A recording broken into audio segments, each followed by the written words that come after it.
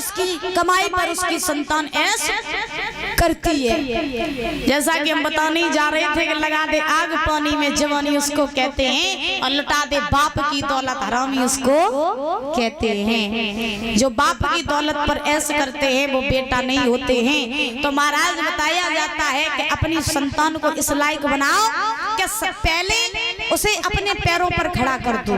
बुजुर्गों, पहले अपनी संतान को उसके पैरों पर खड़ा कर दो। उसके बाद में जब आपकी संतान कमाई करने लगे तो आप अपना राजपाट बाद में उसे दे दो, क्योंकि आपका है वो जाएगा कहाँ, आएगा तो आपकी संतान के पास ही ना। तो पहले आप अपनी संतान को उनके पैरों पर खड़ा कर दो, उसके बाद में आप अपनी धन संपत्ति अपने संतान को दे दो। क्योंकि अगर आपने अपनी संतान को उनके पैरों पर खड़ा ना कर पाया तो आपकी दौलत कब तक खाएंगे? विचार करना, आपकी दौलत को, आपकी कमाई हुई दौलत को कब तक खाएंगे? जब तक शादी विवाह नहीं होता तब तक। फिर उसके बाद में आपकी धन संपत्ति खत्म हो जाएगी। जब विवाह करके आएगा बालक तो महाराज फिर क्या सबके सामने भीख मांगेगा?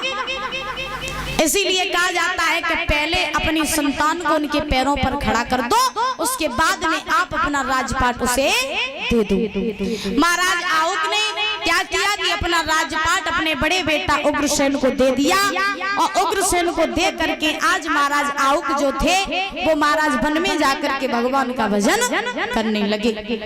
जब भगवान का भजन करने लगे तो श्री सुखदेव जी समझा रहे हैं, राजन परीक्षित, उग्रसेन जो है वो मथुरा के राजा हुए, उनका विवाह हुआ है। बड़ी सुंदर स्त्री है जिसका नाम है पवन रेखा।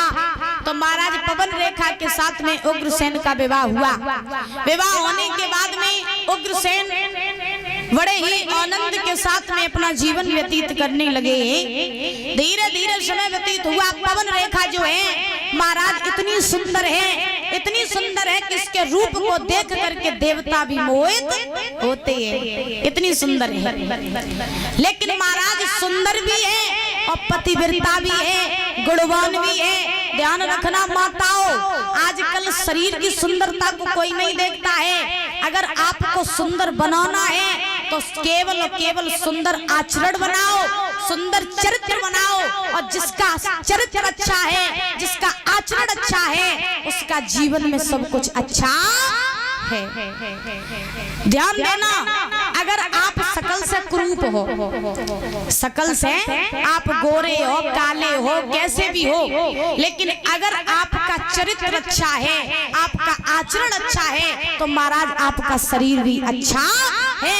और शरीर से कितने गोरे बने रहियो, कितने सुंदर बने रहियो, जब तक तुम्हारा चरित्र अच्छा नहीं, आपको आचरण अच्छा नहीं, तब तक आपके शरीर की सुंदरता भी मायने नहीं रखती है। आजकल हमारी माताओं की ये दशा है, माफ करें तुम्हारी बुराई नहीं कर रही है, हाँ, न शाम को भोजन न दे हो, आप लोगों की बुराई नहीं कर रहे, लेकिन बता रहे हैं कि कलयुग की दशा कुछ ऐसी है कि आजकल के लोग शरीर की सुंदरता पर ज्यादा ध्यान देते हैं, लेकिन चरित्र की सुंदरता पर कोई ध्यान नहीं देता है।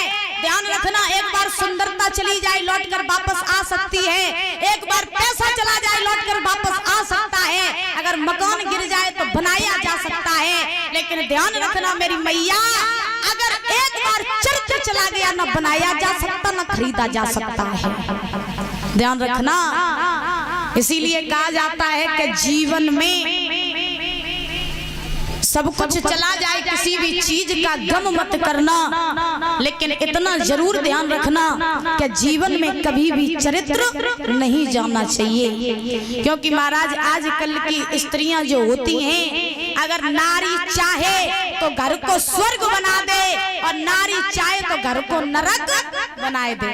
क्योंकि महाराज एक कवि लिखता है बड़े सुंदर शब्दों में कि नारी जो करना चाहे वो नारी कर सकती है।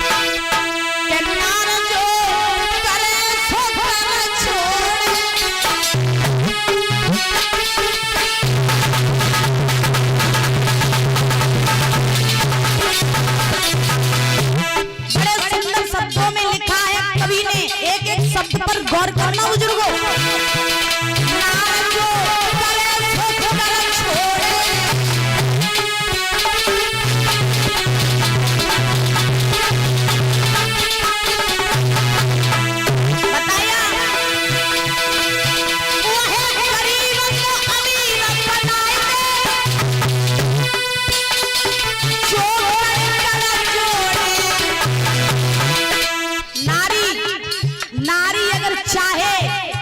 गरीब को अमीर बनाए दे जो कड़ जोड़े।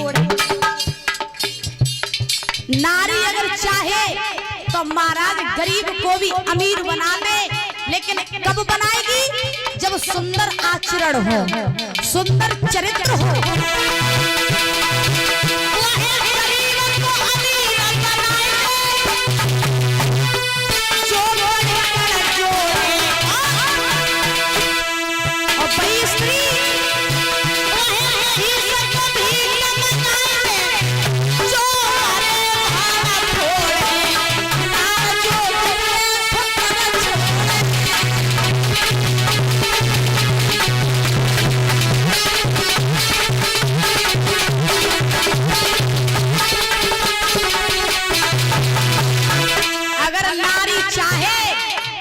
गरीब को अमीर बनाए दे और महाराज नारी चाहे तो रईस से भीख मंगवाए दे।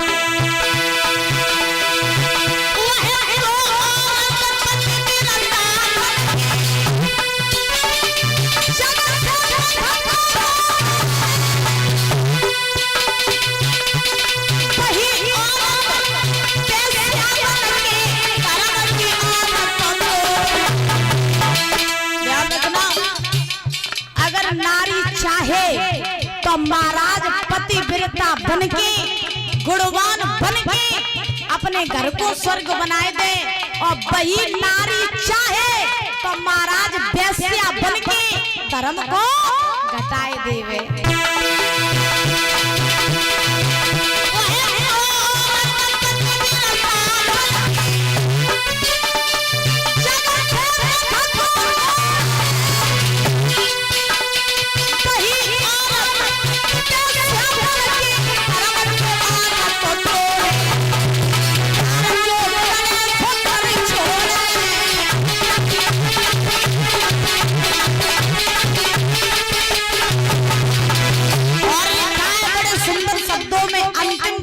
लिखी कवि ने,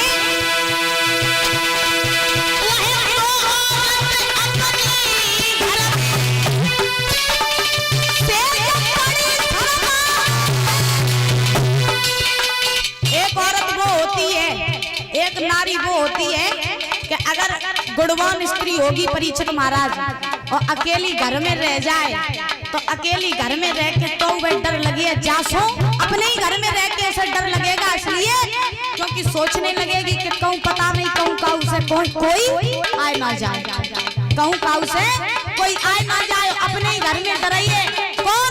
जो पतिव्रता होगी। और महाराज जो चरित्रहीन स्त्री होगी उसकी दशा क्या है?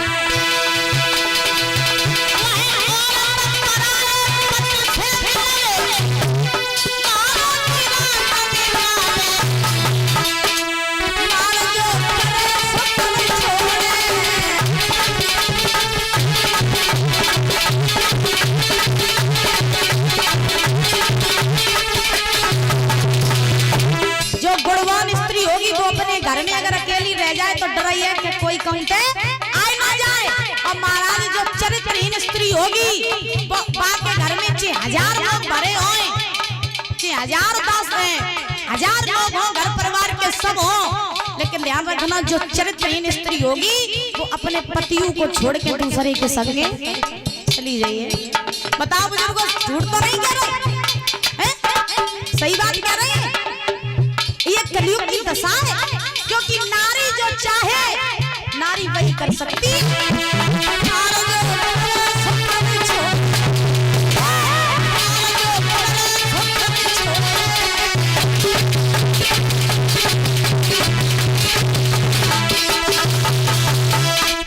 अगर नारी सुंदर है, गुणवान है, पतिव्रता है तो नारी घर को स्वर्ग बना दे। और महाराज नारी अगर चरित्रहीन है तो वो कभी घर को स्वर्ग नहीं बना सकती। बोले गोविंद भगवान की।